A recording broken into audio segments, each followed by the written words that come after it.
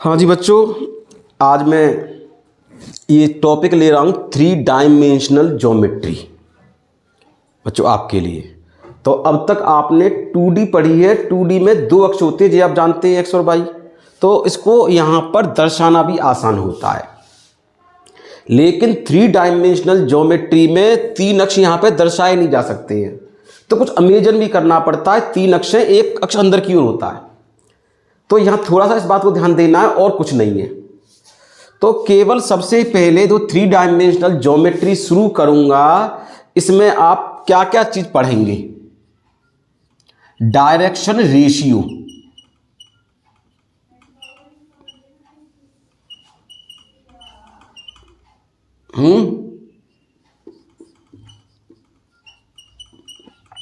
Direction cosine, जो कि एक ही चीज हो जाएंगी, वैसे तो एक ही चीज है दोनों ये, ठीक है, ये एक ही चीज में आ जाएगी। दूसरा पढ़ेंगे आप लाइन। थर्ड इसमें पढ़ेंगे प्लेन, पढ़ेंगे आप ये टॉपिक जो पढ़ेंगे इसके अंदर। और चौथा टॉपिक है लाइन एंड प्लेन, आप पढ़ लेंगे साथ में। एक और बात बताता हूं, यदि हम इसको टॉपिक बाय टॉपिक ध्यान से पढ़ेंगे कोई दिक्कत नहीं होगी। लड़के अक्सर कहते हैं कि थोड़ा हार्ड लगता है, तो बहुत सिंपल पड़ेगा ये। तो सबसे पहले मैं डायरेक्शन रेशियो, डायरेक्शन कोसाइन शुरू करूंगा। केवल 10-15 मिनट का टॉपिक है ये, उसमें हो जाएगा direction ratio and direction cosine, ठीक है। उसके बाद पढ़ेंगे लाइन, फिर प्लेन, फिर लाइन एंड प्लेन। आया समझ में? नहीं आया तो इसका मतलब आप लोगों को ये बता दिया। तो सबसे पहला मेरा वो है डायरेक्शन रेशियो, लिख लिए डायरेक्शन रेशियो, या कोसाइन डायरेक्ट लिख देता हूं यहां पे, कोसाइन।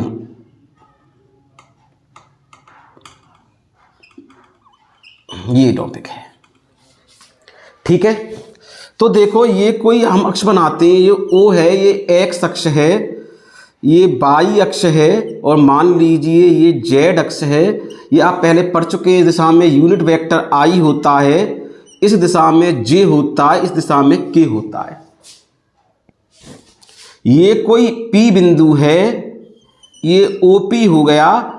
एक्स अक्ष से बना रहा है एल्फा कोण, वाई अक्ष से बना रहा है बीटा कोण, और जेड अक्ष से बना रहा है गामा कोण, ठीक है।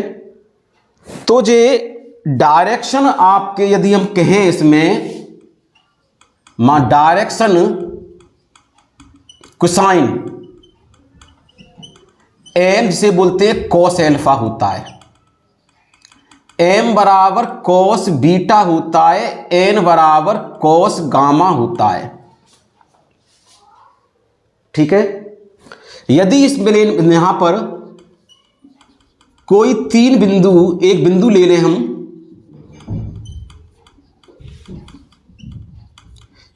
ए बी सी, ये कहलाएंगे डायरेक्शन रेशियो। डायरेक्शन रेशियो,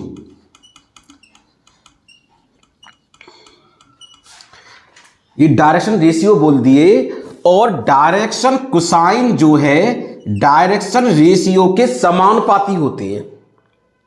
आए समझ में? डायरेक्शन कोसाइन जो होते हैं, और डायरेक्शन कोसाइन क्या? कॉस, कोण का। कोण एल्फा है, कॉस लग गया, डायरेक्शन कोसाइन बोल दिए। ये डायरेक्शन रेशियो हो गए, कुछ क्या होंगे ये? डायरेक्शन कोसाइन के समानुपाती होते हैं, बराबर n/c बराबर लैम्डा, कोई मान लीजिए। तो L बराबर क्या हो गया? a लैम्डा, m बराबर b लैम्डा, और n बराबर क्या हो गया आपका? c lambda. एक कंडीशन और बताई गई थी, पहले ही बताया है आपको, ये l square plus m square plus n square बराबर 1 होता है, ठीक है। L का मान रख दें a lambda, a square lambda square M बराबर बी लैम्डा, तो b square lambda square N बराबर सी लैम्डा, तो सी स्क्वेयर लैम्डा स्क्वेयर बराबर 1, तो लैम्डा स्क्वेयर कॉमन ले लिया, A square plus B square plus C square बराबर 1, तो लैम्डा स्क्वेयर बराबर 1 upon A square plus B square plus C square हो गया। तो इससे लैम्डा का मान कितना आ जाएगा, 1 upon under root A square plus B square plus C square. L बराबर क्या था, ए लैम्डा, लैम्डा का मान रखें तो एल बराबर A upon under root A square plus B square plus C square, M बराबर बी बटे under root A square plus B square plus C square, N बराबर C upon under root A square plus B square plus C square. ये आपके यदि direction ratio दिए हो तो direction cosine आप इस प्रकार से ज्ञात कर सकते हैं। एल बराबर होगा A upon under root A square plus B square plus C square, M बराबर B upon under root A square plus B square plus C square, N बराबर ये हो गया।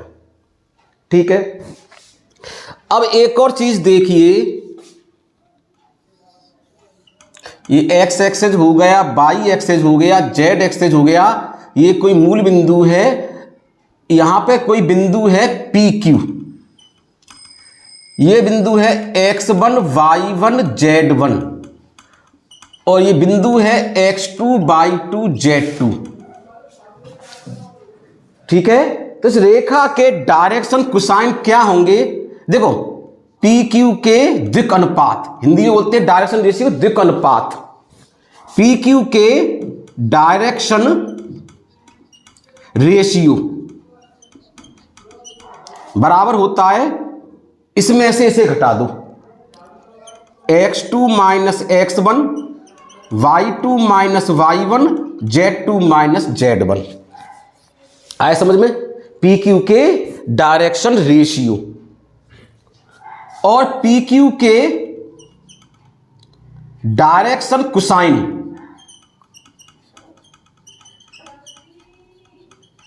बराबर होता है x2 माइनस x1 बटे पी क्यू। जैसे तुमने कहा था ना, ये y2 माइनस y1 बटे पी क्यू और z2 माइनस z1 बटे पी क्यू आ गया। आया समझ में।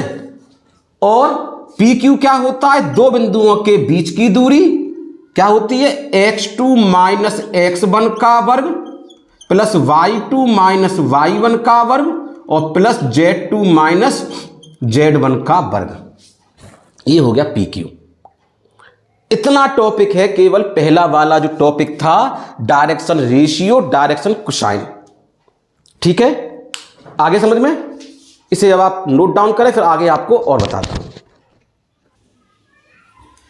देखिए बच्चों, अभी मैंने बताया सवाल कराऊंगा इसके, उससे पहले इस टॉपिक बता देता हूं। एक आता है लाइन, ठीक है, 3D स्पेस में। तो बता चुका हूं मैं आप लोगों को, ये एक्स एक्सिस है, ये आपका वाई अक्ष है और ये मान लीजिए आपका क्या है, जेड अक्ष।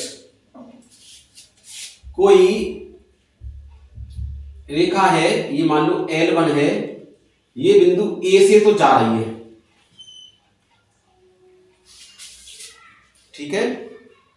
इसे स्मॉल a बिंदु सदिश क्या है, A, और सदिश B के क्या है, ये पैरेलल है। इसका मतलब फॉर्मूला बताता हूं मैं, उस रेखा का समीकरण जो सदिश लिख दो, बिंदु A से जाती है वह सदिश B के समांतर है। तो वेक्टर आर बराबर देखो ये है वेक्टर आर, ये वो बिंदु है, इस रेखा का समीकरण क्या, बिंदु ए से जा रही है, सो दिस बी के समांतर है, वेक्टर आर बराबर vector A plus any constant लगा देते हैं टी वेक्टर बी। ठीक है, ये X axis Y axis Z axis है। अब इसको यदि ये क्या है वेक्टर फॉर्म, इसको यदि मैं कार्तीय फॉर्म में लिखूं, कोऑर्डिनेट के उसमें क्षेत्र कार्तीय रूप में लिखूं, इसे मैं कार्तीय रूप में, यदि ए बिंदु दिया है, इसके निर्देशांक है x1 y1 z1, तो सदिश ए क्या हो जाएगा x1 i बताया था मैंने पहले, y1 j और प्लस z1 k। ठीक है, और b बराबर मान लेता हूं, मैं लिख देता हूं a1 i plus a2 j plus a3 k। ठीक है, और यदि ये r बराबर दिया है आपका xi plus yj plus zk। ठीक है, ये a बिंदु मान लिया, और ये b क्या है a1 a2 a3, और ये आपको ध्यान देने वाली बात है a1 a2 a3 क्या हो गए, रेखा के दिक् अनुपात, क्या कहलाएंगे ये, दिक् अनुपात। ये जो माना है मैंने b बराबर दिक् अनुपात क्या हो गई, ये हो गई। अब देखिए इसमें मान रख देता हूं, r का मान क्या रख दिया xi plus yj plus zk। ये बिंदु a को मान लिया मैंने, क्या बिंदु माने इसके x1 y1 और z1। ठीक है, बराबर क्या है a का मान क्या है x1 i plus y1 j plus z1 k plus t। b क्या हो गया अकेला, क्या हो जाएगा b1 i, b बराबर क्या है a1 i plus a2 j और प्लस a3 k। पक्षांतर कर दो, i कॉमन ले लो, x minus x1 into i plus y minus y1 into j plus z minus z1 into k बराबर t a1 i plus a2 j plus a3 k। दोनों ओर i j के coefficient तुलना कर दी जाए तो ये बन जाएगा x माइनस x1 बटे a1 y माइनस y1 बटे a2 बराबर z माइनस z1 बटे a3 नजर t वो है। तो ये हो जाएगा बिंदु x1 y1 z1 से जाने वाली रेखा, और जिसके दिक् अनुपात क्या है a1 a2 a3। ये आपकी वेक्टर फॉर्म होती है, ये आपकी कार्तीय फॉर्म होती है। सवाल आएंगे और कराऊंगा, अच्छे समझ में आएगा। अब देखते हैं अगली दो बिंदुओं से जाने वाली रेखा का समीकरण। दो बिंदुओं से जाने वाली रेखा का समीकरण, तो देखो यही ले लीजिए हम ओ एक्स वाई और जेड, ये मान लीजिए रेखा है, एक बिंदु दे दिया x1 y1 z1, एक दे दिया x2 y2 z2, दो बिंदु से रेखा जा रही है। सदिश मान लेते हैं इसका a और इसका सदिश है b, रेखा मान ली n। ठीक है, यदि इसका मैं वेक्टर फॉर्म लिखूं, इसका फॉर्मूला होता है वेक्टर r बराबर vector a plus t vector b minus a। ठीक है, आगे समझ में, t कांस्टेंट है, कुछ भी हो सकता है, ये और भी मान सकते हो लैम्डा म्यू m, और इसका ये वेक्टर फॉर्म इसी प्रकार से निकाले, सॉरी वो कार्तीय फॉर्म, इसका फॉर्मूला हो जाएगा x माइनस x1 बटे x2 माइनस x1 बराबर y माइनस y1 बटे y2 माइनस y1 बराबर z माइनस z1 बटे z2 माइनस z1। ये मैंने बताया भी था, दो बिंदुओं से जाने वाली रेखा के द्विकर्णपात क्या होते हैं ये। तो नीचे हमेशा द्विकर्णपात आएंगे। रेखा के समीकरण जितने भी फॉर्मूले देखेंगे आप, आपका बहुत इंपॉर्टेंट चीज है द्विकर्णपात। बीच का कोण निकालते हैं तो भी द्विकर्णपात का प्रयोग होता है। तो द्विकर्णपातों को ध्यान रखने हैं, ये होते हैं द्विकर्णपात। क्या होते हैं दो बिंदुओं के? x2 minus x1 y2 minus y1 z2 minus z, अर्थात x2 minus x1 y2 minus y1 z2 minus z क्या हो गए? रेखा के द्विकर्णपात। और एक और बात ध्यान रखेंगे, द्विकर्णपात और द्विकोसाइन आपस में समानुपाती होते हैं। ठीक है, ये सवाल हो गया होगा, आप इसे नोट डाउन करें, आगे सवाल आपको और बताते हैं। अब देखिए बच्चों, आगे आता है दो रेखाओं के बीच का कोण। दो रेखाएं दी हुई हैं, दो रेखाओं के बीच का कोण। मान लीजिए इनके बीच का कोण क्या दिया हुआ है? थीटा दिया है। और एक रेखा दी है, मान लीजिए वेक्टर r बराबर vector a1 plus t vector b1।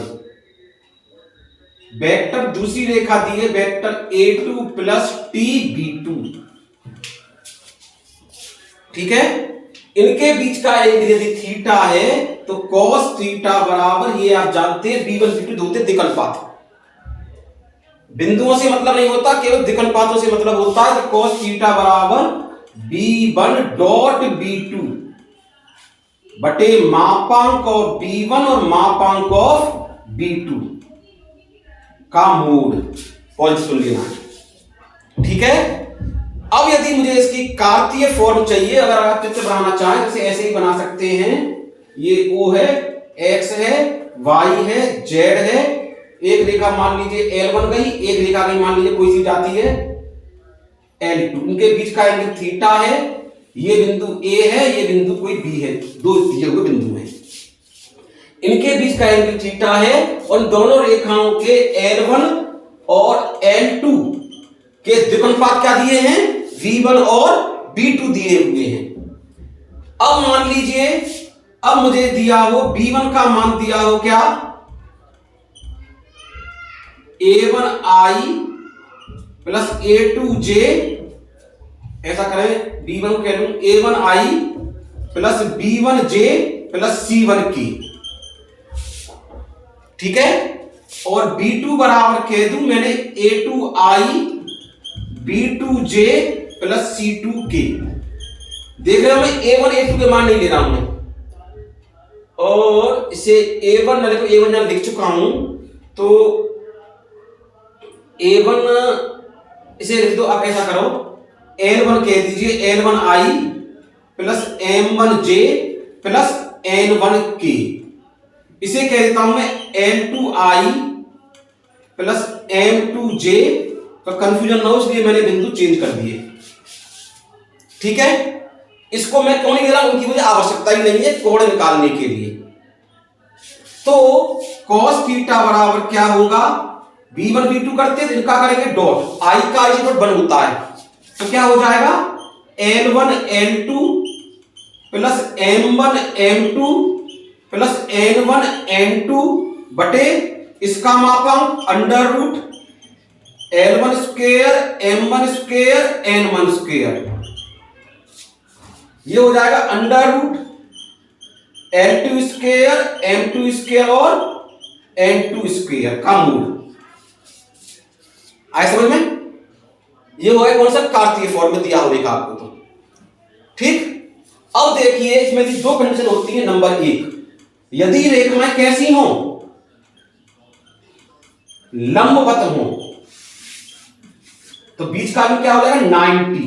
तो 90 देखो cos थीटा की जगह, cos 90 बराबर B1 डॉट B2 बटे मापांक ऑफ B1 और मापांक ऑफ B2 का मोड। cos 90 का मान क्या होता है? 0। कैंची का गुणा कर देंगे तो क्या आ जाएगा? B1 डॉट B2 बराबर 0। ठीक है, और दूसरा, यदि रेखाएं कैसी हो? समांतर हो। कैसी हो? समांतर। तो क्या होता है? b1 बराबर लैम्डा b2। ये b1 b2 कैसे रूप में होंगे? b1 बराबर लैम्डा b2। एक से होंगे, केवल कांस्टेंट का अंतर होगा, तो रेखा कैसी होंगी? समांतर होंगी। अब यदि ये आपकी फॉर्म ये वाली दी, तो कब थी मेरी? जब कब लिखा था तब ऐसा है। रेखा यदि ये वाली दी है, कौन सी वाली? कार्तीय फॉर्म में। तो यदि रेखा कैसी है? नंबर 1, यदि रेखाएं लंबवत हो तो क्या होगा? L1 L2 plus M1 M2 plus N1 N2 बराबर 0। ठीक है। नंबर 2, यदि रेखाएं कैसी हो? समांतर हो तो क्या होगा? इस इनके द्विपदपातों का समानुपाती होंगे आपस में, यानी L1 बटे L2 बराबर M1 बटे M2 बराबर N1 बटे N2। समांतर रेखाएं होंगी तो ये लंबवत होंगी, तो ये बीच का कोण होगा ये सब चीजें आ गई। एक बिंदु से जाने वाली रेखा का समीकरण और सदिश बी के समांतर, दो बिंदुओं से जाने वाली रेखा का समीकरण, बीच का कोण। अब इसे उतारिए, एक टॉपिक और बताता हूं, दो रेखाओं के बीच की न्यूनतम दूरी। उतारिए इसे पहले। अब देखो बच्चों, आएगा दो रेखाओं के बीच की दूरी। दो रेखाओं के बीच की न्यूनतम दूरी। समझ रहे हो? तो देखो बच्चों, इसमें 3 चीज होती है। यदि रेखाओं के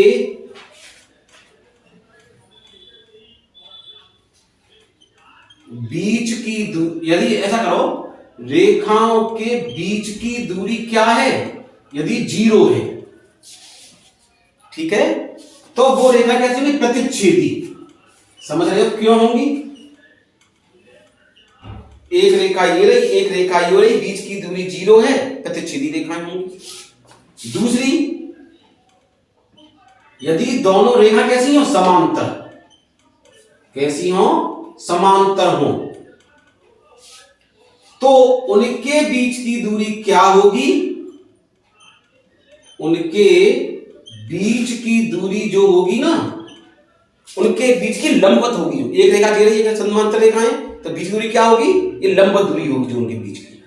तो बीच की दूरी कौन सी? न्यूनतम दूरी की बात कर रहा हूं मैं। क्या होगी? लंबवत दूरी जो होगी उनके बीच में।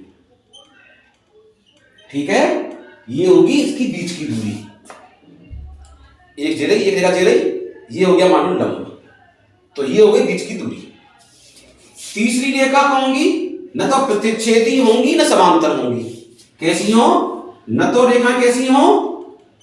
प्रतिच्छेदी, और न समांतर। असल में ऐसी रेखाएं जो होंगी एक तल में नहीं होंगी, अलग अलग तल में होंगी। तो एक तल में होंगी या तो समांतर होंगी या प्रतिच्छेदी होंगी। तो रेखा एक तल में नहीं होंगी।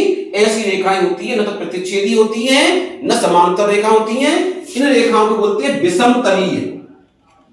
क्या बोलते हैं? विषमतलीय रेखा, स्क्यू लाइन ये बोलते हैं। मैं इन्हीं के बारे में बात कर रहा हूं, इनके बीच की दूरी निकाल रहा हूं। ये देखा, मान लो रेखा मैंने दो मान ली हो गई। एक तो मान ली R बराबर R1 प्लस लैम्डा U मान लिया है, और दूसरी मान ली मैंने R बराबर R2 प्लस कोई और कांस्टेंट में मान लीजिए लैम्डा लिख दिया। अब लिख लीजिए NV, कोई N कांस्टेंट है। तो बीच की दूरी क्या होगी आप बताऊं? D बराबर R2 माइनस R1, ठीक है, डॉट U क्रॉस V। आप जानते हैं ये क्या है? डायरेक्शन रेशियो, बता चुका हूं पहले ही। बटे मापांक ऑफ u क्रॉस v और पूरे का मोड। ठीक है, आए समझ में? ये बीच की क्या हो गई? न्यूनतम दूरी। क्या हो गई? न्यूनतम दूरी। ठीक है, और मान लीजिए कि रेखा कैसी होती है? समांतर। कैसी होती? समांतर। तो एक रेखा मान लीजिए r बराबर r1 प्लस लैम्डा u, और दूसरी क्या मान ली? r2 प्लस ये भी क्या होगी? Lambda u। क्यों? कि रेखाएं समान, इसे n मानो कोई कांस्टेंट, समांतर होती हैं तो उनके डायरेक्शन रेशियो क्या होते हैं? समांतर होते हैं, बराबर होते हैं।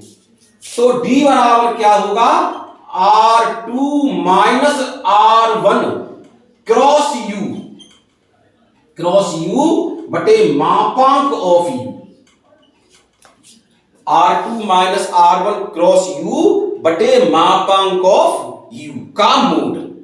समझ में आ गया?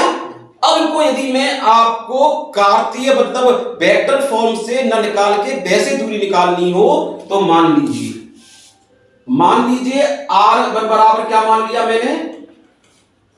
x1i plus y1j plus z1k। r2 बराबर क्या है? x2i plus y2j plus z2k। समझ में आ गया? और u बराबर क्या है? a1i plus b1j plus c1k। और v बराबर क्या है? a2i plus b2j plus c2k। आए समझ में? और r बराबर क्या है? xi plus yj plus zk। तो देखो ये क्या लिखा हुआ है? डॉट u क्रॉस v, अदिश त्रिभुज लिखा हुआ है। पहले एक बार बताया था, ध्यान दें, a dot b cross c लिखा हुआ, ये होता है अदिश त्रिभुज। इसे कैसे निकालते हैं? मोड करके, आपका सारणी बना के, पहले a के गुणांक, फिर b के गुणांक, फिर c के गुणांक। इसी प्रकार पहले क्या है? r2 minus r1 dot u cross v, अदिश त्रिभुज में पहले लिखेंगे r2 माइनस r1 के गुणांक, फिर लिखेंगे u के गुणांक, फिर लिखेंगे b के गुणांक। तो क्या होगा? r2 माइनस r1, तो मतलब सिद्ध करके बता रहा हूं b कैसे निकालेंगे? x2 माइनस x1, ये तो r2 माइनस r1 हुआ, y2 minus y1, z2 minus z1। अब क्या? u क्रॉस v, u के रख दीजिए गुणांक कितने हैं? u कहां? ये रहा, a1 b1 c1 a2 b2 c2 बटे अंडर रूट। ये निकालना उस फॉर्म से आपकी बीच की दूरी, ये वेक्टर फॉर्म थी, इसे बंद करो।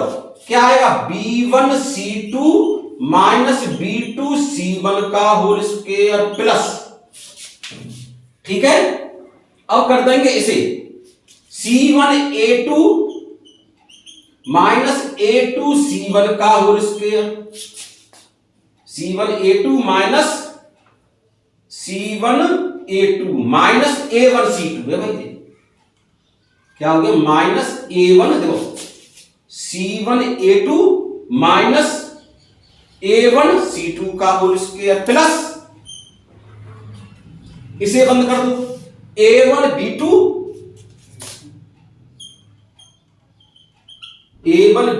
माइनस a2 b1 का होल स्क्वायर। ठीक है, सबसे पहले इसे बंद करेंगे तो b1 c2 आ गया माइनस b2 c1 का होल स्क्वायर आ गया। इसे बंद कर दिया तो पहले कौन सा? ये वाला गुणा कर दो, c1 a2 minus a1 c2 का होल स्क्वायर। इसे बंद करेंगे तो a1 b2 minus a2 b1 का होल स्क्वायर। हालांकि इधर उधर करने से फर्क क्यों नहीं पड़ेगा? होल स्क्वायर लगा हुआ है, और इस पूरे का हो जाता है क्या? मोड, यानी प्लस का चिन्ह देना। ठीक है, तो ये आपकी आ गई बीच की दूरी निकालने का फॉर्मूला, न्यूनतम दूरी निकालने का फॉर्मूला। ये हो गई न्यूनतम दूरी एक फॉर्मूला। जब रेखाएं समांतर होती है तो ये होती है, और रेखाएं यदि क्या हो, आपकी दूरी कैसे निकालनी है, इस फॉर्मूले को आपको वेक्टर फॉर्म से नहीं निकालनी है, तो कार्तीय फॉर्म जो होती है। तो देखो ये आपका आज मैंने 2 टॉपिक बता दिए। कौन सा वाला? द्विक अनुपात और द्विक मतलब डायरेक्शन रेशियो, डायरेक्शन कोसाइन और लाइन। अब अगले उसमें टॉपिक में मैं प्लेन बताऊंगा और प्लेन और लाइन बताऊंगा, और उसके बाद सवाल शुरू करेंगे। तो समझ में आ गया होगा? सवाल नोट डाउन करें, फिर आगे आपको बताएंगे।